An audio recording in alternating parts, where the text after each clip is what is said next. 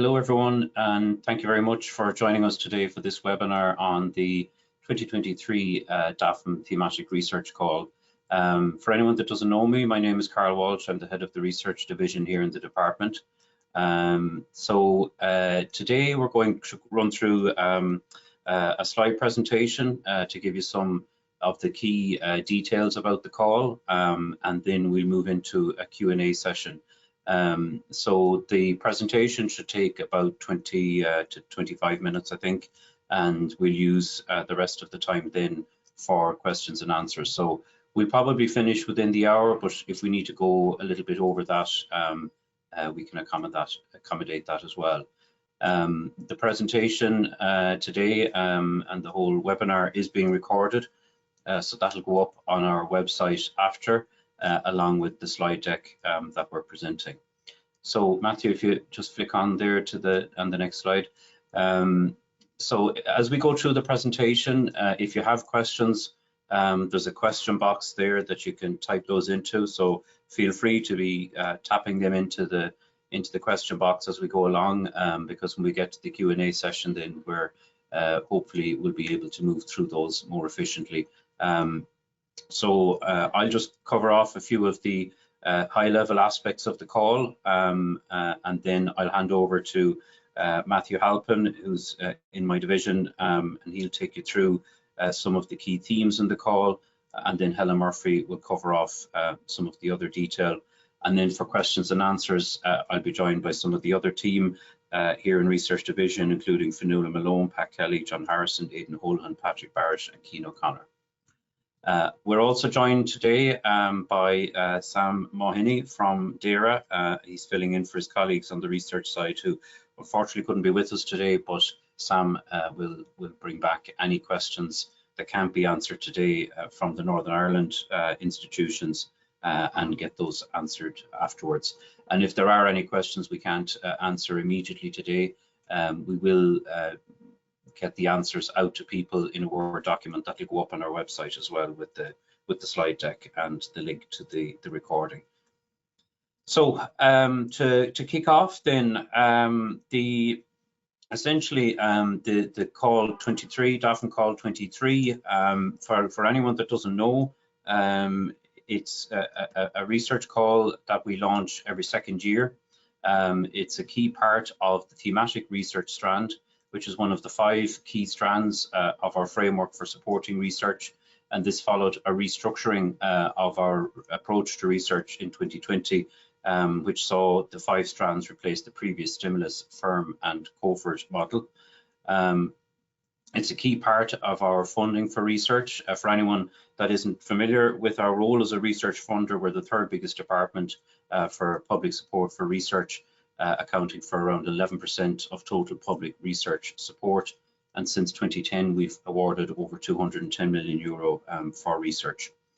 The focus of our support continues to be for public good research across agriculture, food, forestry, the bioeconomy, with a particular emphasis on supporting early stage researchers and building capacity and expertise. So as I said, the call 23 comes within the thematic research strand. It's the last time we ran this call was in 2021. So it's a really good opportunity for researchers to secure funding for important research. And I must say we're delighted with the level of interest so far in the call, indicated by the number of attendees we have for today's webinar. So just moving on then to the next slide. This is kind of the overview or how we approached formulating the call, and I suppose we relied on quite a wide range of strategies and policies and legislation, some of which is in existence, some of which is being developed and likely to emerge in the short to medium term. These are all listed in Appendix A of the call spec. Some of the key ones, the most obvious ones would be, of course, the 10-year strategy for the agri-food sector, Food Vision 2030, the Climate Action Plan 2023, the European Green Deal, and within that, the Farm to Fork strategy, the biodiversity strategy, Fit for 55, and a number of others. The National Policy Statement for the Bioeconomy, the National Forestry Strategy, and of course, many others. ultimately, the aim of the call is to support an innovative, competitive, resilient sector that mirrors the vision of Food Vision 2030. And to do that by engaging with researchers and stakeholders, essentially to produce excellent science, new groundbreaking innovations, and then good, efficient, effective transfer of that research and outputs to stakeholders within the sector. So the call itself has 8 principal objectives, and in no particular order, these are encouraging collaboration, partnerships, and multi and interdisciplinary research, building capacity, building reputation, and addressing capability gaps, offering opportunities for early stage researchers, facilitating knowledge transfer and encouraging well-prepared knowledge transfer plans, supporting innovative science with strong potential for impact, including preparing a specific impact statement, research to support sustainability and adopting a food systems approach, facilitating opportunities and building capacity in order to position you as researchers to engage in future research calls, whether they're national, European or international, and raising awareness of the public on other stakeholders to the role of science in transforming agri-food bio-based systems. We also have a number of guiding principles that are laid out in the call, which applicants should follow in applications. So these include that the research is informed by and guided by strategies, policy and legislation, such as those I mentioned a minute ago, and a wider list of them are, as I said, are summarized in Appendix A.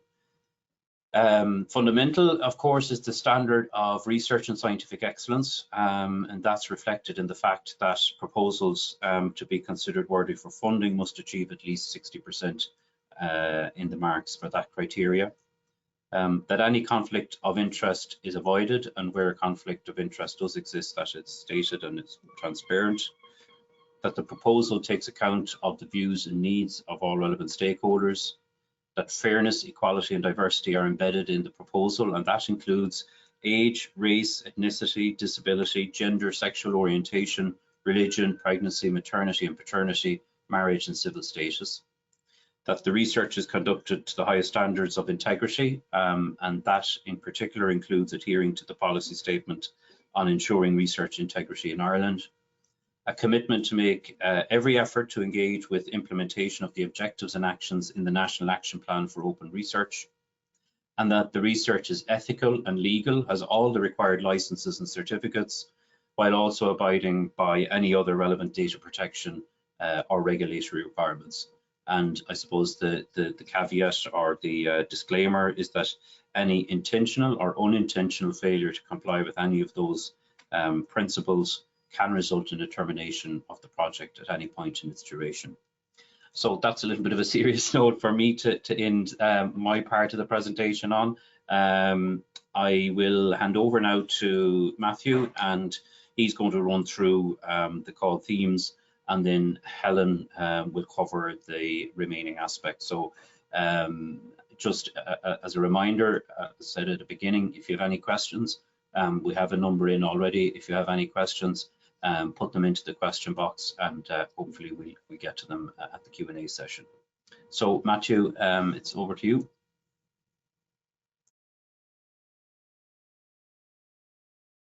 Thanks, Carl. Can you hear me all right? Thanks, Carl. Good afternoon, everybody. Matthew Halpin is my name. I'm Assistant Inspector in the Research Division, as Carl said.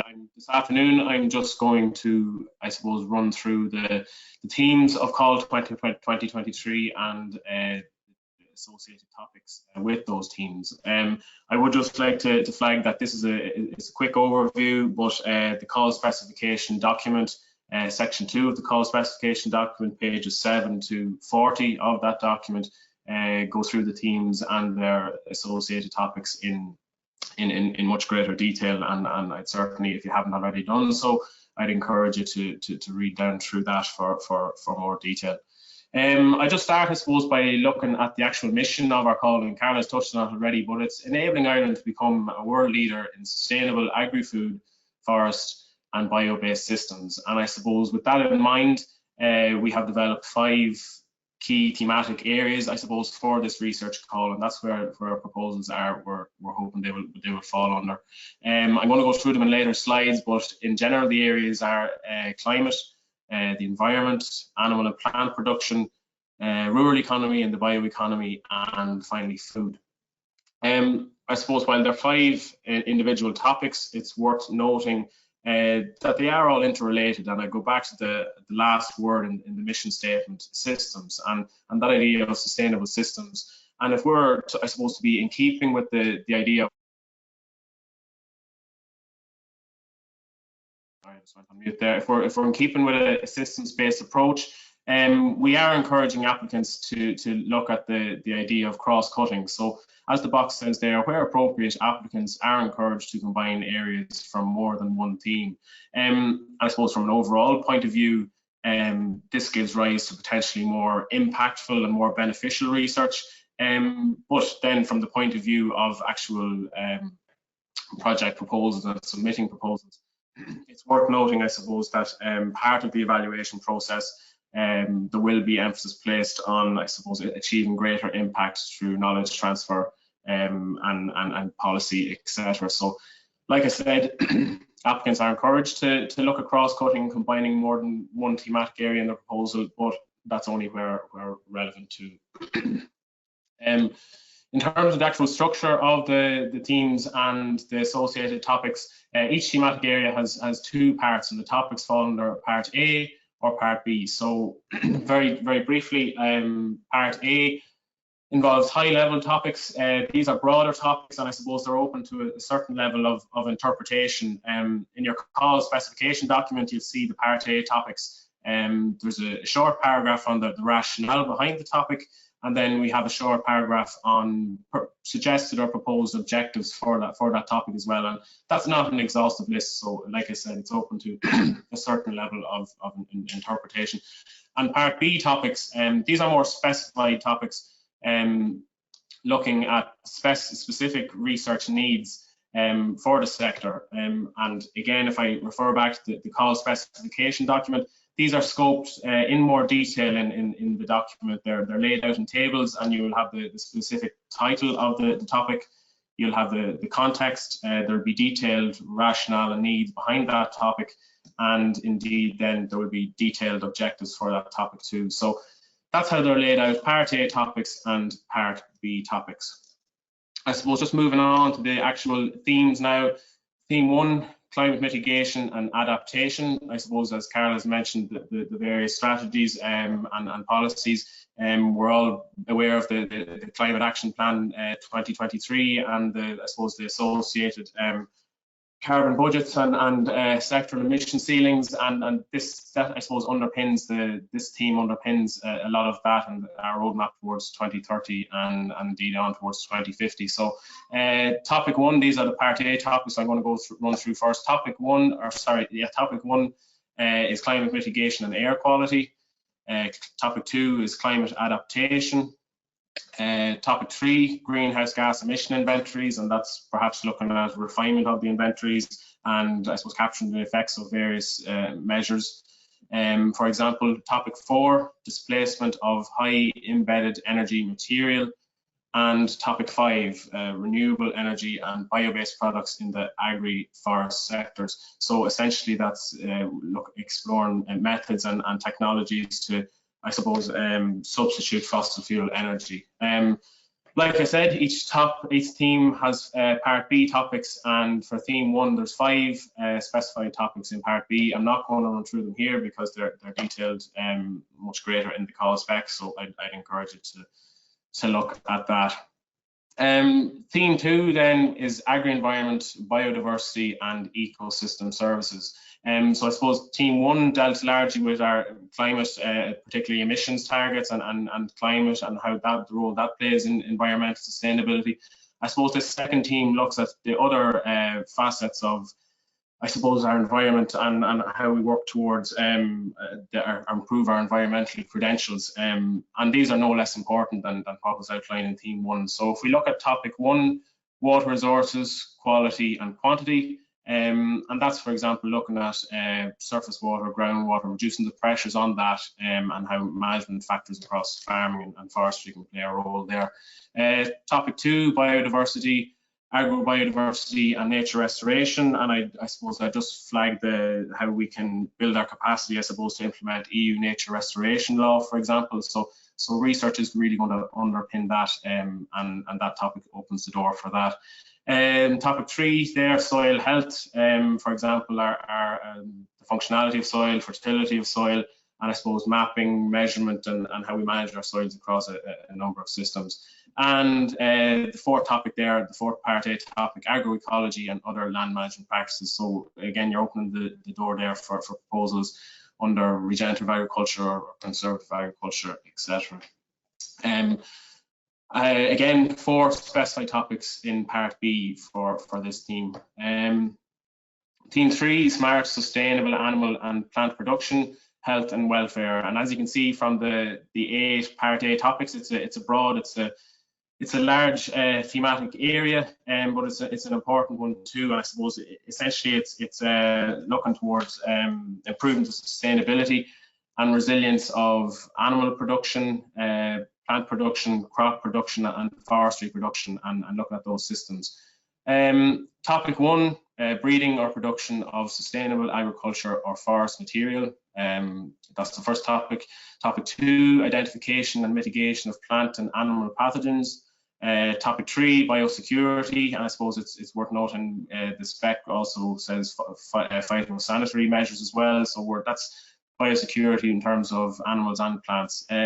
Animal health, that's mentioned in various roadmaps and strategies for the sector, so it's certainly an important one, and it's one where research will underpin advances in that, and so too with animal welfare. I suppose it underpins animal welfare, underpins the reputation of our sector, and it's an important one for further research. Antimicrobial resistance, or AMR, is the next topic there. Organic agriculture. I suppose organic agriculture in Ireland, there is, relatively speaking, compared to other EU countries, there's a lower level of organic agriculture. So there is, from an Irish context, capacity there for or knowledge gaps there for research from organic production, the economics of organic production, and ultimately the impact on agriculture. And finally, the final topic here is farm safety, health and well-being. So farming is the most dangerous occupation to be involved in from a farm fatalities, from farm fatality numbers, and as well there's a disproportionate impact on health, physical and mental health. So to drive forward actions in this, it also needs to be underpinned by research. And we have 9 specified topics then in part B, which should be looked at as well for theme 3. Moving on to theme 4, bioeconomy, rural economy, agri-digitalisation and data. So I suppose in some ways it's what it says on the tin here, looking towards the development of a rural economy and the idea of circularity within our agri-food sector, i.e. the bioeconomy. So topic 1, modelling farm level sustainability. Topic 2, circularity and valorisation of bio-based feedstock. And I suppose when we're thinking of bio-based feedstock, agri-food sector is one, but also the algae and marine sectors and the forestry sector as well come into play there. The third topic here is microbiome for bio-based innovation and environmental applications. And in terms of microbiome, we start simply by the structure and the functions of the microbiome, and perhaps moving on towards the functionality and exploiting their applications. Agricultural knowledge and innovation systems, ACIS, is the 4th topic here, and data and agri-digitalisation is the final topic under theme 4. We have 5 specified topics in part B here, and again, I'm not going to go through them in detail, but they are worth reading in the call specification. And finally, the 5th theme here is we have a safe, nutritious and sustainable food processing and consumption. And I suppose if we think back maybe to the actual mission of the call, I think the 5th topic closes maybe the circle in terms of the systems-based approach, where it underpins really the core function of our sector in terms of putting nutritious, appealing, and of course safe food onto the plates of consumers. And I think I suppose so I suppose the first topic there is food for health and nutrition. The second topic is process innovations. The third topic, alternative or blended protein sources. And again, there's knowledge gaps there for whether it's plant-based proteins or alternative novel protein sources from nutrition right through to gut health, and then the impact on the environment. Reformulation, I just flagged the government's reformulation roadmap. It's worth, should be looked at in the context of this topic. Nutrition databases, food safety, a vulnerability assessment, and food loss and food waste. And the final topic here, talent shortages in the agri-food, forest and bioeconomy sector. I suppose none of the 5 topics or the whole sector would be able to move forward without talented and skilled individuals. There's 170,000 people employed in the sector, and I suppose to understand and to address the challenges with recruiting those people and to retaining those people, and right through from school leavers right through to retirees, it needs to be underpinned again by research. So that's an important topic there, and it's the last part A topic of the call.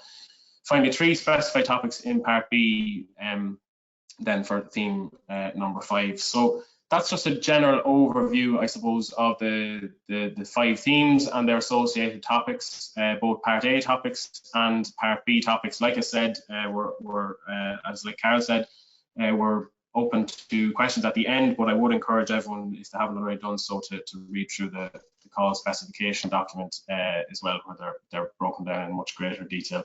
That's all from me, and I'm going to pass it on to Helen Murphy now for the rest of the presentation.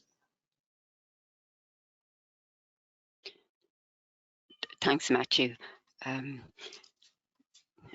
I'm just going to cover a few things related to the funding and the budgets and call instruments. So I suppose the indicative budget for call 2023 is approximately 20 million, and it is anticipated that a reserve list of projects will be created subject to suitability and funding of approximately 10 million being available in 2024. In relation to the funding instruments, the call has 4 funding instruments, and with varying requirements in relation to the minimum number of RPOs, each of which are required to need at least 10% of the requested funding. And this is to ensure that there's meaningful collaboration between the research partners. You might note that in this call there has been an increase in the maximum funding thresholds for a number of the projects, that the small, standard and large projects have all been increased to account for increasing costs, and also the fact that they haven't actually moved upwards in quite a number of years. So also just to mention in relation to the maximum funding thresholds on the next slide, we just see it there that these are not to be seen as targets. They are as part of the key evaluation criteria is that they look for the value for money on projects. So it's important that things are costed well, and that they kind of reflect the work being done. In relation to Northern Ireland, a number of Northern Ireland institutes are eligible to join as partners. That's AFB, Queen's and University of Ulster. DERA have indicated in section 3.2 of the call specifications which topic areas they will consider funding, and NI applicants are also required to submit a pre-approval template to DERA by the 31st of March at 5 p.m. This pre-approval template is available on their website under their funding and grants section and under research. In relation to industry co-funding is welcome. That can be cash or in-kind contribution, and in-kind contribution can be just participation on steering groups, advisory boards, or making facilities and expertise available to the project partners, particularly in relation to the scale-up of projects, or scale-up of technology. However, industry involvement must comply with the public sector or the public goods nature of DAFM's research call, and they must comply with IP guidelines if there is potential for IP arising out of the project. The appropriate consortium agreements need to be put in place with industry partners. And also in relation to DAFM laboratories and divisions, they can be involved in projects, but it has to be on a self-financing basis. in the next slide, I'll talk a little bit about the call process. So the call is obviously officially launched since the 3rd of March, and the Flexi Grant is open to applications. Eligible RPOs include the higher education institutes and such as universities and technological universities, Target, and a small number of other RPOs who would have been registered with DAFM prior to the launch of the call. There's a 3-step evaluation process in the part of the preliminary evaluation. Preliminary eligibility checks are done internally within DAFM, and this is to do an initial check that the project is within the scope and themes of the call, and that they also comply with the funding requirements set out in section 3 of the call specifications. The expert evaluation panel will be set up and moderated by DAFM. These panels will consist of independent experts representing the private sector, public bodies, and also international academics. And the review panel will assess the list of recommended projects and make the final recommendations, taking on board the scores and the relative importance of the project to DAFM. In relation to the timeline for the call, I suppose the next upcoming deadline then is the deadline for the DERA submission of the pre-approval templates. That's the 31st of March, and DERA have indicated that they will revert by the close of business on the 7th of April on project eligibility to any NRI partners participating in the call. And you'll see in the call documents in the teams, DERA has kind of flagged or put an asterisk beside the topic areas, or actually, sorry, it's set out in section 3.2, the topic areas that DERA is interested in funding. It is envisaged that the results of the overall deadline is at 12 noon on the 21st of April for submission, so everything has to be completed and it has to be on FlexiGrant by 12 p.m. on the 21st of April. It won't be possible to facilitate any late submission, so if there's any kind of technical issues arising that applications haven't been signed off and it doesn't meet the deadline, we can't facilitate it. It is envisaged that the results of the call will be announced in Q3 with commencements of projects starting in Q4, and we have suggested a target start date for the 1st of December 2023 to be included in applications. So on the next slide, I'll just, again, there's just a little bit more. All the applications obviously has to come in through the DAFM FlexiGrant portal. They must be signed off by the coordinator and the principal investigator, if that's separate to the coordinator, the vice president of research, and the technology transfer office. Again, all these people will have to have viewed and have signed off on the appropriate declarations before the deadline.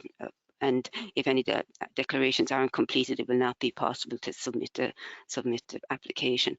Finance officers are also encouraged to join as collaborators. If doing so, they must log on to the application, review the finances before submission.